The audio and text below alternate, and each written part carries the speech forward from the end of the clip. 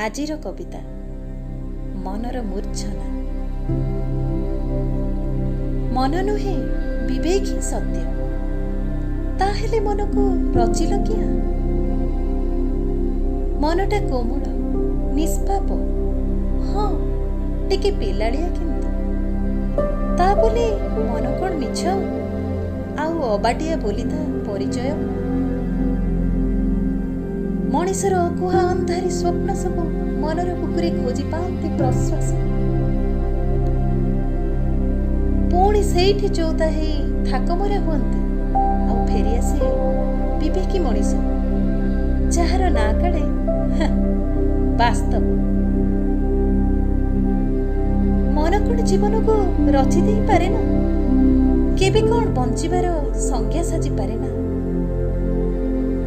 ସେ କ'ଣ ସେଇ ଅଜଣା ଗଳିର ଦେହଜୀବୀ, ଯାର ବାସ୍ନାରେ ଯେତେ ମତୁଆଲା ହେଲେ ବି ସ୍ୱୀକୃତି ଟିକକ ଦିଆଯାଇପାରେ ନା?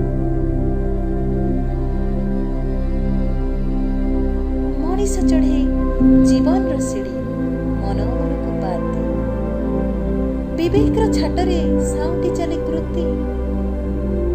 ଫେରିପାରେ ନା ନିଜ ଭିତରର ସୁପ୍ତ କୋଣକୁ, ଯେଉଁଠି ଆଖି ମିଶାଇବାକୁ ହେବ ନିଜ ସହ। ନିଜକୁ ନିଜ ପ୍ରଶ୍ନରେ ପରାଜିତ ହେବାର ଗ୍ଲାନି କାଳେ ବଞ୍ଚାଇ ଦେବନି। ଆଉ ଠିକ୍ ସେଇଠୁ ଆରମ୍ଭ ହୁଏ ଆଉ ଏକ ଅମନ ଭରା ଜୀବନ।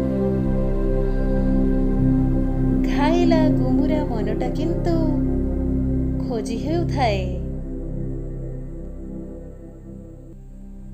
ନିଜ ଭଗ୍ନାବଶେଷ।